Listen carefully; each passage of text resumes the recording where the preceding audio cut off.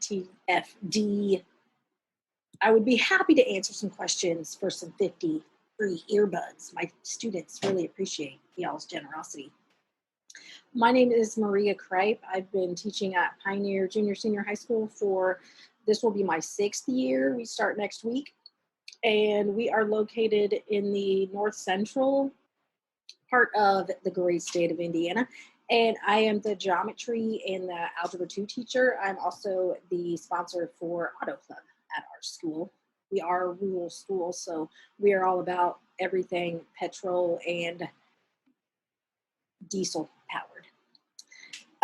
Next question. I started in education for 2 reasons. Really, the first, when I was a kid, I always wanted to play school in the summer. I always enjoyed school, and I know a lot of kids don't. So I wanted to be the math teacher that I never had in school. And next one, any other job? Well, I'm sure you don't mean any other job in education, but it would be an English teacher if I wasn't a math teacher. But outside of education, I would say probably a lawyer. I like to argue. My husband tells me I should have been a lawyer, and I like people getting justice. So if I could do it all over again, I might have went that way instead. Question all over again, I might have went that way instead. Question 4. That's a good one. I'd say kids are different now just because society is different as opposed to 30 years ago. I mean, in all matter of speaking, I mean, kids are still going to be kids. They're still going to want to push buttons and not do what they're supposed to do. But I think since society is so much different now, the kids, I mean, if like my grandparents' generation, in terms of my kids' generation, I mean, the difference is just crazy as opposed to 100 years ago.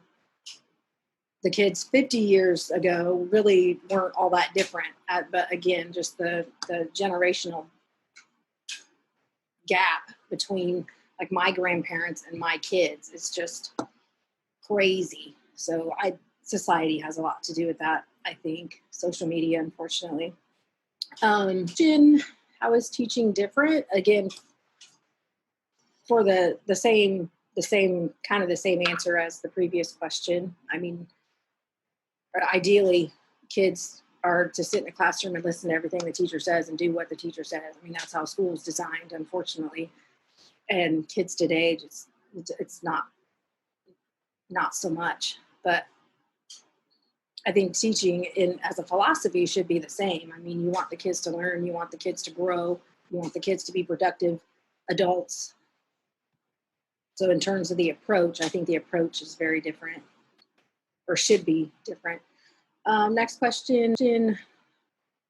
I would tell someone that wanted to become a teacher to have a backup plan for sure, have something else that you're able to fall back on.